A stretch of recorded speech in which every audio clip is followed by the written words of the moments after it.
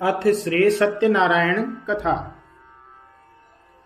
भगवान गणेश जी का ध्यान कीजिए। विघ्नेश्वराय वरदाय सुरप्रियाय लंबोदराय सकलाय जगद्धिताय नागाननाय श्रुतियज्ञ विभूषिताय गौरीसुताय गणनाथ नमो नमस्ते। ओम श्रीमन्महागणाधिपतये नमः। ओम षोडशमातृकेभ्यो नमः। ओम नवग्रह देवताभ्यो नमः। ओम सप्तघृतमातृकेभ्यो नमः। ओम भूर्भुवस्वः कलशधिष्ठात्री देवताभ्यो नमः। भगवान सत्यनारायण विष्णु भगवान का ध्यान कीजिए।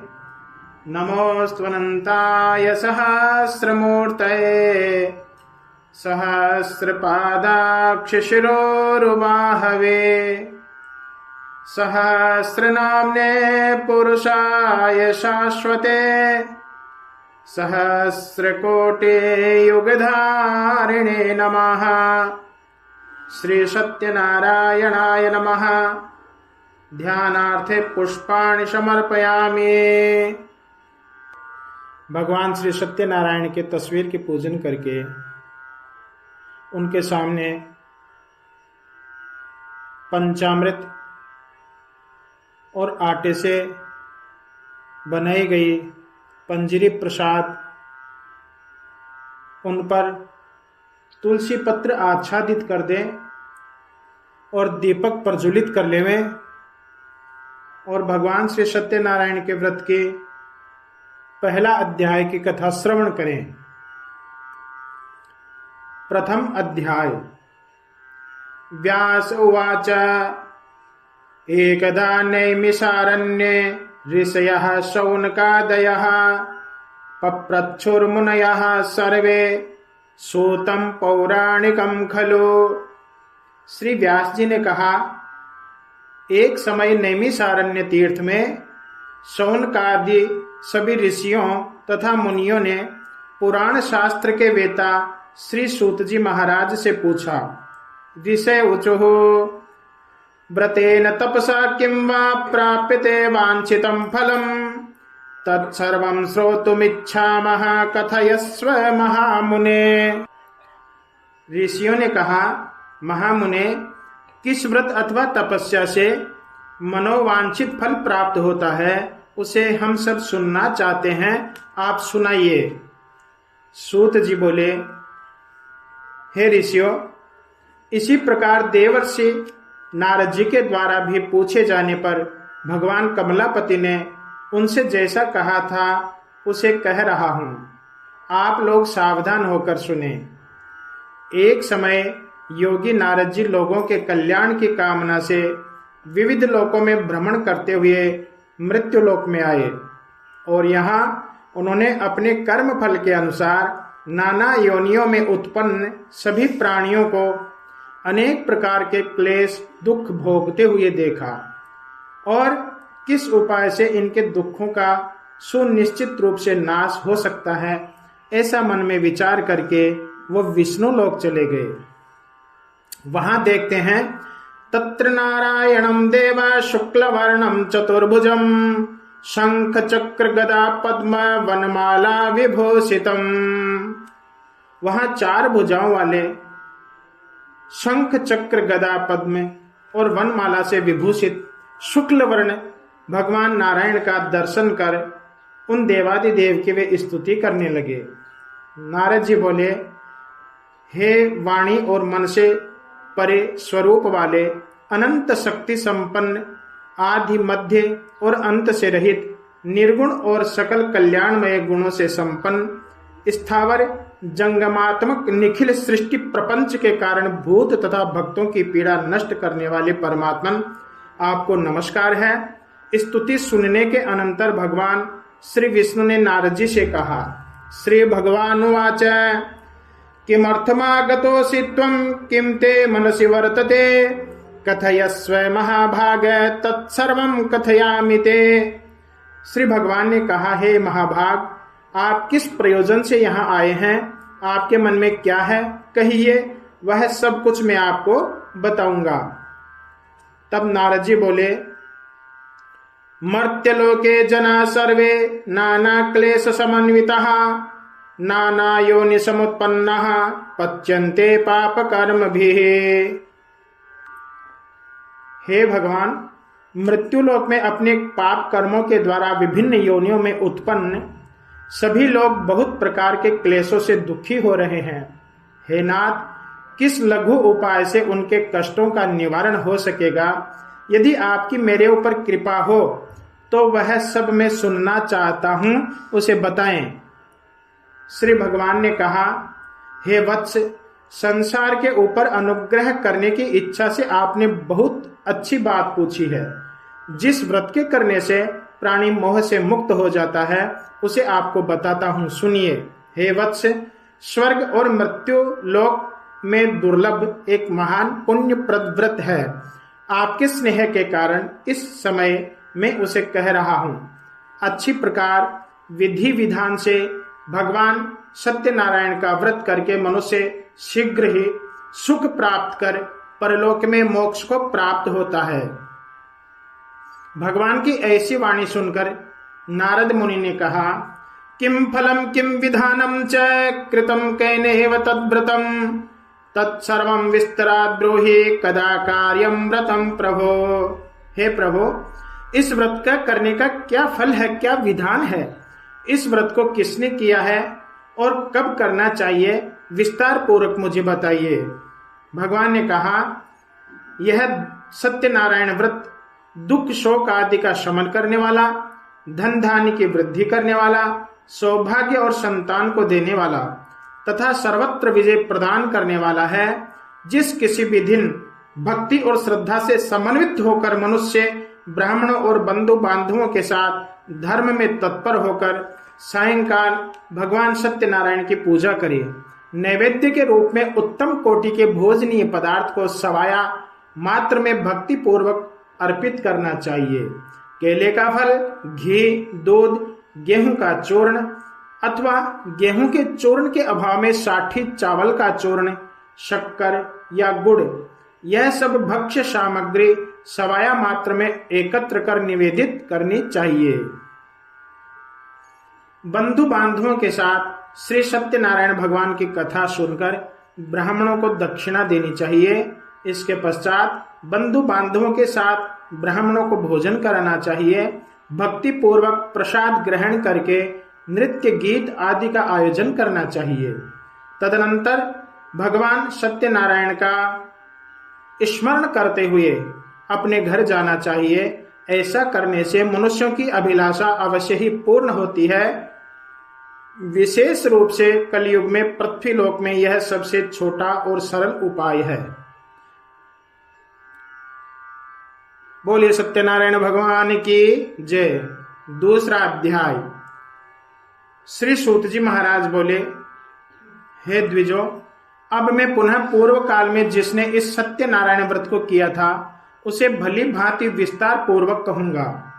रमणीय काशी नामक नगर में कोई अत्यंत निर्धन ब्राह्मण रहता था। भूख और प्यास से व्याकुल होकर वह प्रतिदिन पृथ्वी पर भटकता रहता था। ब्राह्मण प्रिय भगवान ने उस दुखी ब्राह्मण को देखकर वृद्ध ब्राह्मण का रूप धारण करके उस द्विज से आदर पूर्वक पूछा, हे विप्र, प्रतिदिन अत्यंत दुखी होकर तुम किस लिए पृथ्वी पर भ्रमण करते हो? हे द्विज श्रेष्ठ, यह सब बतलाओ, मैं सुनना चाहता हूं। ब्राह्मण बोला, ब्राह्मणोति दरिद्रोहम भिक्षार्थम वै भ्रमे महीम उपायम यदि जानासे कृपया कथय प्रभो।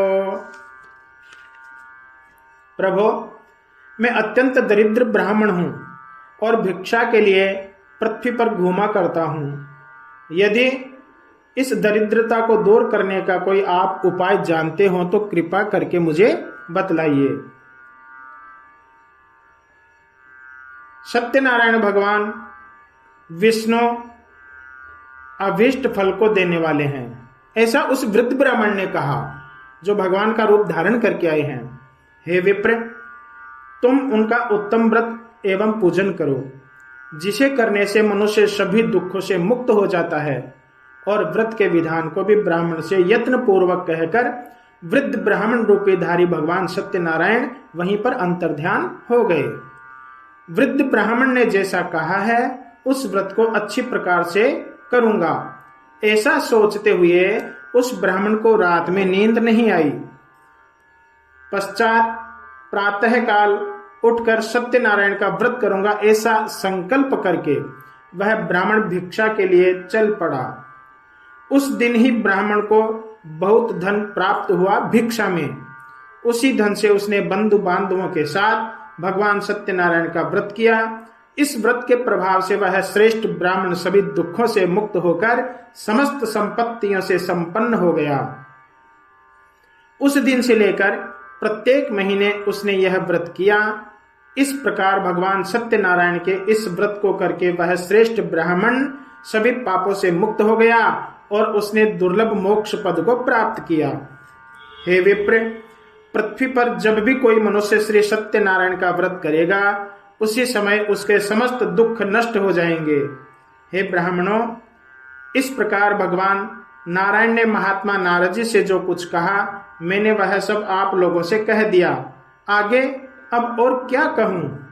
ऋषियों ने कहा, तस्माद् विप्रात् श्रुतं केन पृथिव्यां चरितं मुने तत्सर्वं श्रोतुमिच्छामः श्रद्धास्माकं प्रजायते। हे महामुने, इस पृथ्वी पर उस ब्राह्मण से सुने हुए इस व्रत को किसने किया हम सब सुनना चाहते हैं, इसके प्रति हमारे मन में श्रद्धा है। श्री सूत जी बोले, मुनियों, पृथ्वी पर जिसने यह व्रत किया उसे आप लोग सुनिए। एक बार वह द्विज श्रेष्ठ अपने धन संपत्ति के अनुसार बंधु बांधवों तथा परिवार जनकों के साथ व्रत करने के लिए तैयार हुआ। उसी बीच एक लकड़हारा वहां आया और लकड़ी बाहर रखकर उस ब्राह्मण के घर गया। प्यास से व्याकुल वह उस ब्राह्मण को व्रत करता हुआ देख प्रणाम करके उससे बोला, हे प्रभु, आप यह क्या कर रहे हैं? इसके करने से किस फल की प्राप्ति होती है? विस्तार पूर्वक मुझसे कहिए। तब उस ब्राह्मण ने कहा, यह सत्यनारायण का व्रत है जो सभी मनोरथों को प्रदान करने वाला है। उसी के प्रभाव से मुझे यह सब महान धन धान्य आदि प्राप्त हुआ है। जल पीकर तथा प्रसाद ग्रहण करके वह नगर को चला गया। सत्यनारायण देव के लिए मन से ऐसा सोचने लगा कि आज लकड़ी बेचने से जो धन मुझे प्राप्त होगा उसी धन से भगवान सत्यनारायण का श्रेष्ठ व्रत करूंगा। इस प्रकार मन से चिंता करता हुआ लकड़ी को मस्तक पर रखकर उस सुंदर नगर में गया जहां धन संपन्न लोग रहते थे। उस दिन उसने लकड़ी का दाम दुगना मूल्य प्राप्त किया। पश्चात प्रसन्न हृदय होकर वह पके हुए केले का फल, शर्करा, घी, दूध और गेहूं का चूर्ण सवाया मात्र में लेकर अपने घर गया। उसने अपने बंधु बांधवों को बुलाकर विधि विधान से भगवान श्री सत्यनारायण का व्रत किया। उस व्रत के प्रभाव से वह धन पुत्र से संपन्न हो गया और इस लोक में अनेक सुखों को भोगकर अंत में सत्यपुर अर्थात वैकुंठ चला गया। बोलिए सत्यनारायण भगवान की जय हो। तीसरा अध्याय प्रारंभ।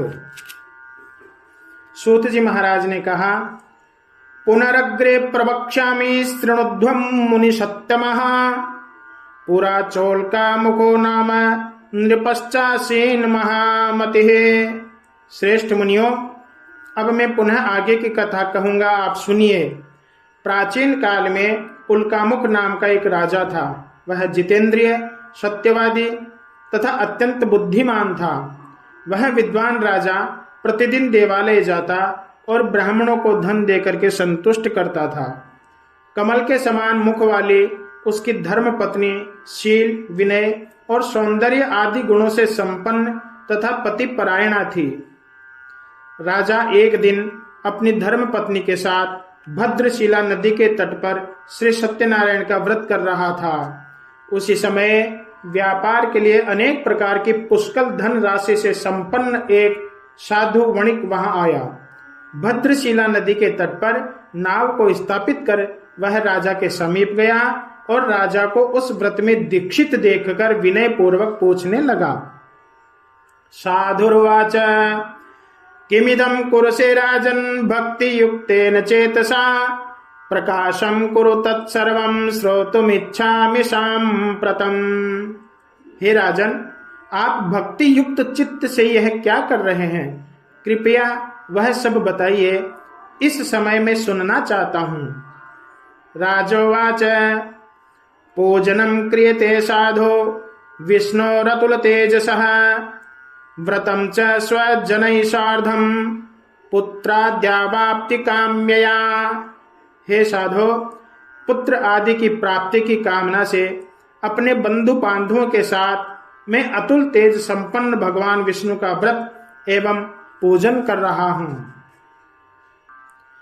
राजा की बात सुनकर साधु ने आदर पूर्वक कहा, राजन, इस विषय में आप मुझे सब कुछ विस्तार से बतलाइए। मैं आपके कथनानुसार व्रत एवं पूजन करूंगा। मुझे भी संतान नहीं है, इससे अवश्य होगी।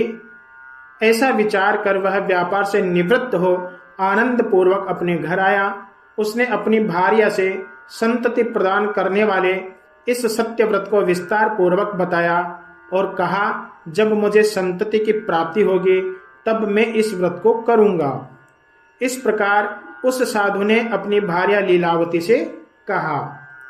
एक दिन उसकी लीलावती नाम की सती साध्वी भार्या ने भगवान सत्यनारायण की कृपा से एक सुंदर कन्या को जन्म दिया और वह कन्या शुक्ल पक्ष के चंद्रमा की भांति दिन प्रतिदिन बढ़ने लगी। उस कन्या का नाम कलावती रखा गया। इसके बाद एक दिन लीलावती ने अपने स्वामी से मधुर वाणी में कहा, हे स्वामी, आप पूर्व में संकल्पित श्री सत्यनारायण के व्रत को क्यों नहीं कर रहे हैं? साधुर्वाच विवाह समय त्वस्याः करिष्यामि व्रतम प्रिये। हे प्रिय, इसके विवाह के समय व्रत करूंगा। इस प्रकार अपनी पत्नी को भली भांति आश्वस्त करके वह व्यापार के लिए नगर की ओर चला गया। इधर कन्या कलावती पिता के घर में बढ़ने लगी। एक दिन धर्मज्ञ साधु ने नगर में सखियों के साथ खेलती हुई अपनी कन्या को विवाह योग्य देखकर आपस में मंत्रणा करके कन्या के विवाह के लिए श्रेष्ठ वर का अन्वेषण करो, ऐसा दूत से कहकर शीघ्र ही उसे भेज दिया। उसकी आज्ञा प्राप्त करके दूत कंचन नामक नगर में गया और वहां से एक वणिक को खोजकर लेकर के आया। उस साधु ने उस वणिक के पुत्र को सुंदर और गुणों से संपन्न देखकर अपनी जाति के लोगों तथा बंधु बांधवों के साथ संतुष्ट चित्त हो विधि विधान से वणिक पुत्र के हाथ में कन्या का दान कर दिया। उस समय वह वणिक साधु दुर्भाग्यवश भगवान का वह उत्तम व्रत भूल गया। पूर्व संकल्प के अनुसार विवाह के समय में व्रत न करने के कारण भगवान उस पर रुष्ट हो गए। कुछ समय के पश्चात अपने व्यापार कर्म में कुशल वह साधु वणिक काल की प्रेरणा से अपने दामाद के साथ व्यापार करने के लिए समुद्र के समीप स्थित रत्न सारपुर नामक सुंदर नगर में चला गया और अपने श्री संपन्न दामाद के साथ वहां व्यापार करने लगा। तदनंतर वे दोनों राजा चंद्रकेतु के रमणीय उस नगर में चले गए। उसी समय भगवान श्री सत्यनारायण ने उनसे भ्रष्ट प्रतिज्ञ देखकर इसे दारुण, कठिन और महान दुख प्राप्त होगा ऐसा श्राप दे दिया। एक दिन एक चोर राजा चंद्रकेतु के धन को चुराकर वहीं आया जहां दोनों वणिक उपस्थित थे। वह अपने पीछे दौड़ते हुए दूतों को देखकर भयभीत चित्त से धन वहीं छोड़कर शीघ्र ही छिप गया। इसके बाद राजा के दूत वहां आ गए जहां वह साधु वणिक था। वहां राजा के धन को देखकर वे दूत उन दोनों वणिक पुत्रों को बांधकर ले आए और हर्षपूर्वक दौड़ते हुए राजा से बोले, प्रभो, हम 2 चोर पकड़कर लाए हैं, इन्हें देखकर आप आज्ञा दीजिए। राजा की आज्ञा से दोनों शीघ्र ही दृढ़ता पूर्वक बांधकर बिना विचार किए महान कारागार में डाल दिए गए।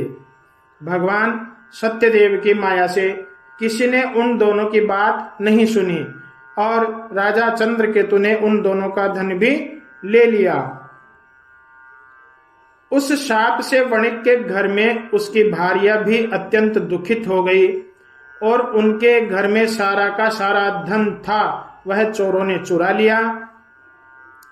एक दिन लीलावती शारीरिक तथा मानसिक पीड़ाओं से युक्त, भूख और प्यास से दुखी हो अन्न की चिंता में दर-दर भटकने लगी। कलावती कन्या भी भोजन के लिए इधर उधर प्रतिदिन घूमने लगी। एक दिन क्षुधा से पीड़ित होकर के वह एक ब्राह्मण के घर गई। वहां जाकर उसने श्री सत्यनारायण के व्रत पूजन को देखा। वहां बैठकर उसने कथा सुनी और वरदान मांगा। इसके बाद में प्रसाद ग्रहण करके वह कुछ रात होने पर घर गई। माता लीलावती ने कलावती से कहा कि हे पुत्री, रात में तू कहाँ रुक गई थी? तुम्हारे मन में क्या है? कलावती कन्या ने तुरंत माता से कहा, हे माँ, मैंने एक ब्राह्मण के घर में मनोरथ प्रदान करने वाला व्रत देखा है। कन्या की उस बात को सुनकर वह वणिक की भार्या व्रत करने के लिए तैयार हुई और प्रसन्न मन से उस साध्वी ने बंधु बांधवों के साथ भगवान श्री सत्यनारायण का व्रत किया तथा इस प्रकार प्रार्थना की, हे भगवान, आप हमारे पति एवं जामाता के अपराध को क्षमा करें। वे दोनों अपने घर शीघ्र आ जाएं। इस व्रत के प्रभाव से भगवान सत्यनारायण पुनः संतुष्ट हो गए तथा उन्होंने नृपश्रेष्ठ राजा चंद्रकेतु को स्वप्न दिखाया और स्वप्न में कहा, हे नृपश्रेष्ठ, प्रातः काल दोनों वणिक पुत्रों को छोड़ दो और वह सारा धन भी दे दो जो तुमने उनसे इस समय लिया है, अन्यथा राज्य, धन एवं पुत्र सहित तुम्हारा सर्वनाश कर दूंगा। राजा से स्वप्न में ऐसा कहकर भगवान सत्यनारायण अंतर्ध्यान हो गए। इसके अनंतर प्रातःकाल राजा ने अपने सभासदों के साथ सभा के मध्य बैठकर अपना स्वप्न लोगों को बताया और कहा, दोनों बंदी वणिक पुत्रों को शीघ्र ही मुक्त कर दो। राजा की ऐसी बात सुनकर वे राजपुरुष दोनों महाजनों को बंधन मुक्त करके राजा के सामने लाकर विनय पूर्वक बोले, महाराज, बेड़ी बंधन से मुक्त करके दोनों वणिक पुत्र को ले आए हैं। इसके बाद दोनों महाजन नृपश्रेष्ठ चंद्रकेतु को प्रणाम करके अपने पूर्व वृत्तांत का स्मरण करते हुए भय विह्वल हो और कुछ बोल नहीं सके। राजा ने वणिक पुत्रों को देखकर आदर पूर्वक कहा, देवात् प्राप्तं महादुःखम् इदानीं नास्ति वै भयम् तदा निगडसंत्यागं क्षोरकर्माद्य कारयात्। आप लोगों को प्रारब्धवश यह महान दुख प्राप्त हुआ है, इस समय अब कोई भय नहीं है। ऐसा कहकर उनकी बेड़ी खुलवाकर क्षौर कर्म आदि कराया। राजा ने वस्त्र अलंकार देकर उन दोनों वणिक पुत्रों को संतुष्ट किया तथा सामने बुलाकर वाणी द्वारा अत्यधिक आनंदित किया। पहले जो धन लिया था उससे दूना करके दिया। पश्चात राजा ने पुनः उनसे कहा, साधो, अब आप अपने घर को पधारें। राजा को प्रणाम करके आपकी कृपा से हम जा रहे हैं। ऐसा कहकर उन दोनों महावेश्यों ने अपने घर की ओर प्रस्थान किया। बोलिए सच्चिदानंद भगवान की जय हो। चौथा अध्याय प्रारंभ। सूत जी महाराज ने कहा, यात्रां तो कृतवान साधुर्मंगलायन पूर्विकाम ब्राह्मणेभ्यो धनम दत्त्वा तदा तो नगरम ययौ। साधु मंगलाचरण कर और ब्राह्मणों को धन देकर अपने नगर के लिए चल पड़ा। साधु के कुछ दूर जाने पर भगवान सत्यनारायण की जिज्ञासा हुई। परीक्षा लेते हुए उन्होंने पूछा, साधो तुम्हारी नाव में क्या भरा हुआ है? तब धन के मद में चोर दोनों महाजनों ने अवहेलना पूर्वक हंसते हुए कहा, हे दंडे, क्यों पूछ रहे हैं?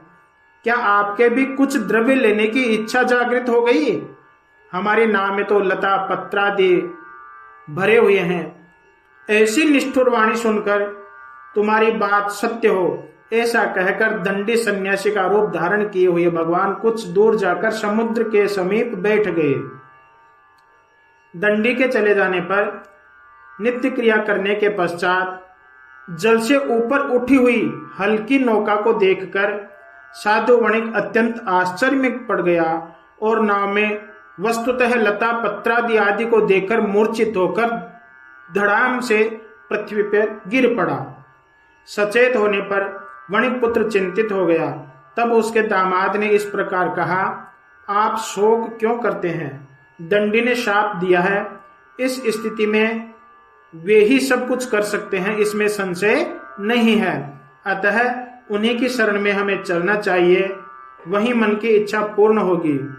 अपने दामाद की बात सुनकर वह साधु वणिक उनके पास गया और वहां दंडी को देखकर उसने भक्ति पूर्वक उन्हें प्रणाम किया और आदर पूर्वक कहने लगा, आपके सम्मुख मैंने जो कुछ कहा है, अर्थात असत्य भाषण करने का जो अपराध किया है, आप मेरे उस अपराध को क्षमा करें।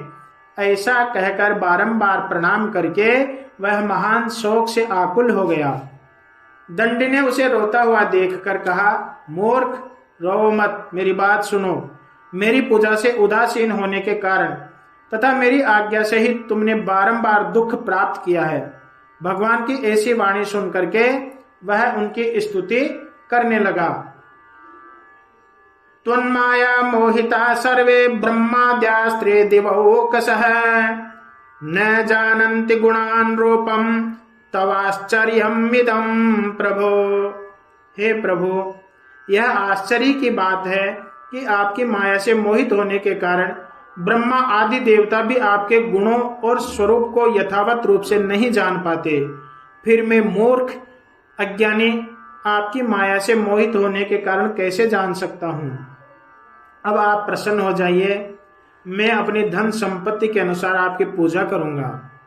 मैं आपकी शरण में आया हूँ। मेरा जो नौका में स्थित धन था उसकी तथा मेरी रक्षा कीजिए।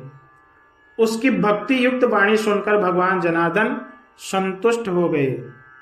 भगवान हरि उसे अभीष्ट वर प्रदान करके वहीं अंतर ध्यान हो गए। उसके बाद वह साधु अपनी नौका में चढ़ा और उसे धन धान्य से परिपूर्ण देखकर भगवान सत्यदेव की कृपा से हमारा मनोरथ सफल हो गया, ऐसा कहकर स्वजनों के साथ उसने भगवान की विधिवत पूजा की। भगवान श्री सत्यनारायण की कृपा से वह आनंद से परिपूर्ण हो गया और नाव को प्रयत्न पूर्वक संभाल कर उसने अपने देश के लिए प्रस्थान किया। साधु ने अपने दामाद से कहा, वह देखो, मेरी रत्नपुरी नगरी दिखाई दे रही है। इसके बाद उसने अपने धन के रक्षक दूत को अपने आगमन का समाचार देने के लिए अपनी नगरी में भेजा।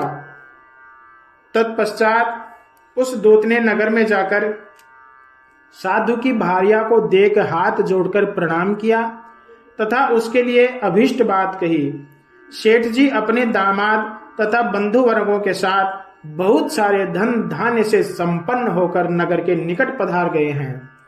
दूत के मुख से यह बात सुनकर वह महान आनंद से विवल हो गई और उस साध्वी ने श्री सत्यनारायण की पूजा करके अपनी पुत्री से कहा, पुत्री, मैं साधु के दर्शन के लिए जा रही हूँ, पतिदेव के दर्शन के लिए जा रही हूँ, तुम शीघ्र आ जाना।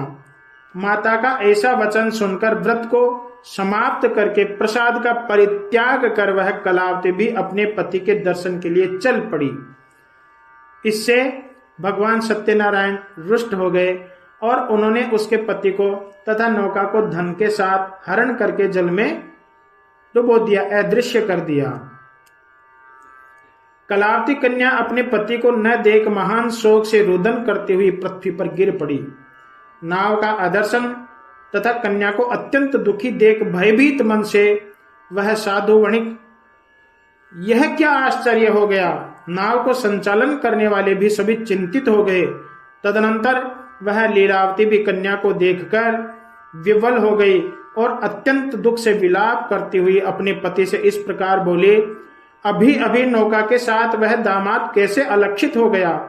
न जाने किस देवता की उपेक्षा से वह नौका हरण कर ली गई, अथवा श्री सत्यनारायण का महात्म्य कौन जान सकता है। ऐसा कहकर वह स्वजनों के साथ विलाप करने लगी और कलावती कन्या को गोद में लेकर रोने लगी। कलावती कन्या भी अपने पति के नष्ट हो जाने पर दुखी हो गई और पति की पादुका लेकर उनका अनुगमन करने के लिए उसने मन में निश्चय किया। कन्या के इस प्रकार के आचरण को देख भार्या सहित वह धर्मज्ञ साधु वणिक अत्यंत शोक संतप्त हो गया और सोचने लगा, या तो भगवान सत्यनारायण ने यह अपहरण किया है, अथवा हम सभी भगवान सत्यदेव की माया से मोहित हो गए हैं। अपनी धन शक्ति के अनुसार मैं भगवान सत्यनारायण की पूजा करूंगा। सभी को बुलाकर इस प्रकार कहकर उसने अपने मन की इच्छा प्रकट की और बारंबार भगवान सत्यदेव को दंडवत प्रणाम किया। इससे दीनों के परिपालक भगवान सत्यदेव प्रसन्न हो गए।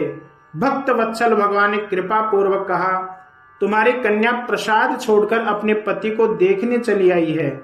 निश्चय ही इसी कारण उसका पति अदृश्य हो गया है। यदि घर जाकर प्रसाद ग्रहण करके वह पुनः आए तो हे साधो, तुम्हारी पुत्री पति को प्राप्त कर लेगी, इसमें संशय नहीं है। कन्या भी आकाश मंडल से ऐसी वाणी सुनकर शीघ्र ही घर गई और उसने प्रसाद ग्रहण किया। पुनः आकर स्वजनों सहित अपने पति को देखा। तब कलावती कन्या ने अपने पिता से कहा, अब तो घर चलें, विलंब क्यों कर रहे हैं। कन्या की वह बात सुनकर वणिक पुत्र संतुष्ट हो गया और विधि विधान से भगवान सत्यनारायण का पूजन करके धन तथा बंधु बांधवों के साथ अपने घर गया। धनैर्बन्धुर्गणैः सार्धं जगाम निज मंदिरम पौर्णमास्यां च संक्रांतो कृतवान सत्यस्य पूजनात्। इसके पश्चात पूर्णिमा तथा संक्रांति पर्वों पर भगवान सत्यनारायण का पूजन करते हुए इस लोक में सुख भोगकर अंत में वह सत्यपुर को चला गया। बोलिए सत्यनारायण भगवान की जय हो। 5वां अध्याय प्रारंभ। सूतोवाच अथान्यच्च प्रवक्ष्यामि शृणुध्वं मुनिसत्तमः आसीत् तुंगध्वजो राजा प्रजापालन तत्परः। सूत जी महाराज बोले, हे श्रेष्ठ मुनियों, अब इसके बाद में दूसरी कथा कहूंगा, आप लोग सुनिए। अपनी प्रजा का पालन करने में तत्पर तुंगध्वज नामक एक राजा था। उसने सत्यदेव के प्रसाद का परित्याग करके महान दुख प्राप्त किया था। एक बार वह वन में जाकर और वहां बहुत से पशुओं को मारकर वट वृक्ष के नीचे आया। वहां उसने देखा कि गोपगण बंधु बांधवों के साथ संतुष्ट होकर भक्ति पूर्वक भगवान सत्यदेव की पूजा कर रहे हैं। राजा यह देखकर भी अहंकारवश न तो वहां गया और न उसने भगवान सत्यनारायण को प्रणाम ही किया। इसके बाद सभी गोपगण भगवान का प्रसाद राजा के समीप रखकर वहां से लौट आए और इच्छानुसार उन सभी ने भगवान का प्रसाद ग्रहण किया। इधर राजा को प्रसाद का परित्याग करने से बहुत दुख हुआ। उसका संपूर्ण धन धान्य एवं सभी सौपुत्र नष्ट हो गए। राजा ने मन में यह निश्चय किया कि अवश्य ही भगवान सत्यनारायण ने हमारा नाश कर दिया है, इसलिए मुझे वहीं जाना चाहिए जहां श्री सत्यनारायण का पूजन हो रहा था। ऐसा मन में निश्चय करके वह राजा गोपगणों के समीप गया और उसने गोपगणों के साथ भक्ति श्रद्धा से युक्त होकर विधि पूर्वक भगवान सत्यदेव की पूजा की। भगवान सत्यदेव की कृपा से वह पुनः धन और पुत्रों से संपन्न हो गया तथा इस लोक में सभी सुखों का उपभोग कर अंत में सत्यपुर वैकुंठ को प्राप्त हुआ। बोलिए श्री सत्यनारायण भगवान की जय।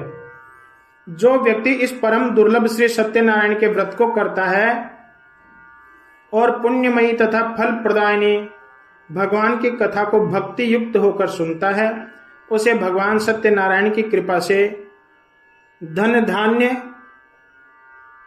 आदि की प्राप्ति होती है, दरिद्र धनवान हो जाता है, बंधन में पड़ा हुआ बंधन से मुक्त हो जाता है, डरा हुआ व्यक्ति भय से मुक्त हो जाता है। यह सत्य बात है, इसमें संशय नहीं है। सभी इप्सित फलों का भोग प्राप्त करके अंत में सत्यपुर को जाता है।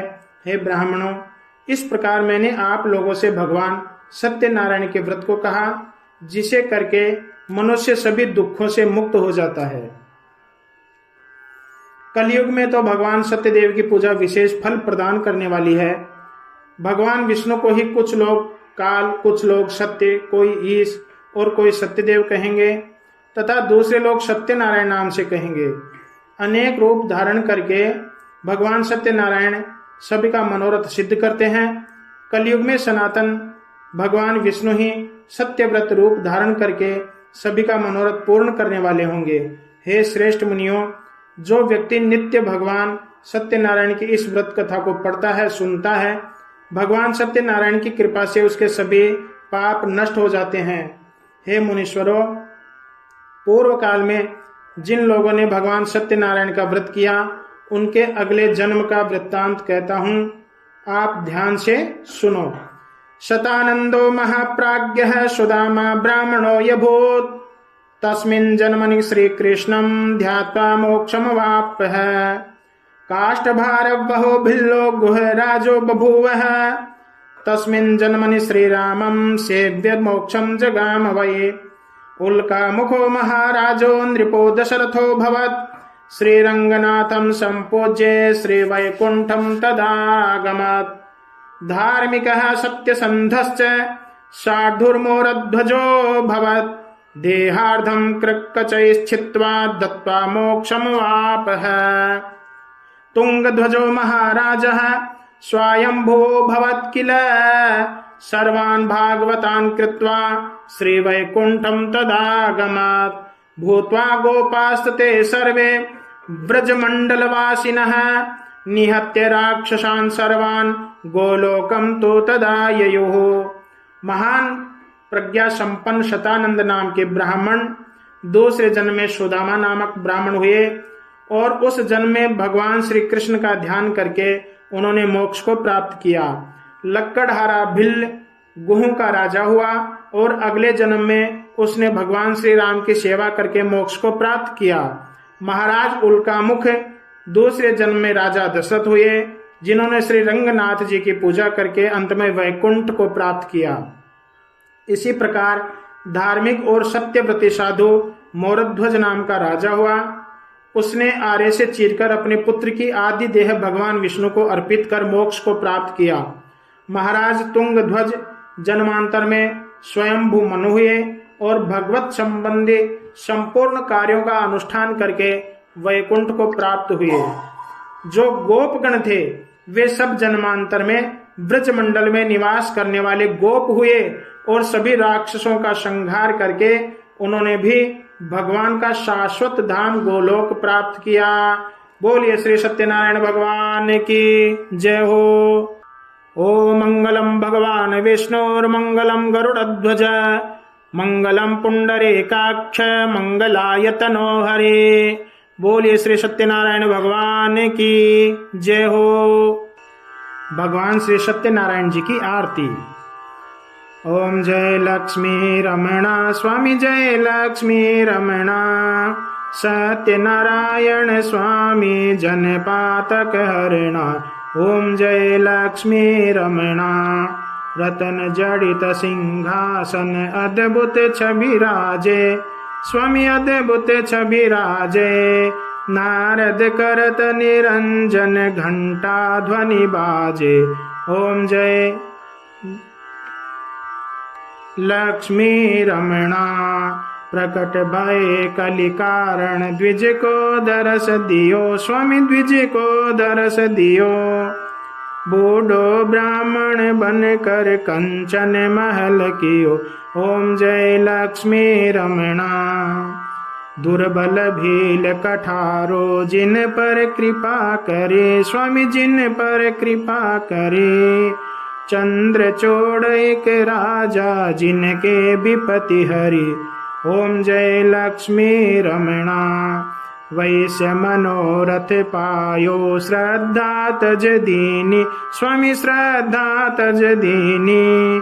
सो फल भोग्यो प्रभु जे फिरये स्तुति कीनी ओम जय लक्ष्मी रमणा। भाव भक्ति के कारण छिन छिन रूप धर्यो स्वामी पल पल रूप धर्यो।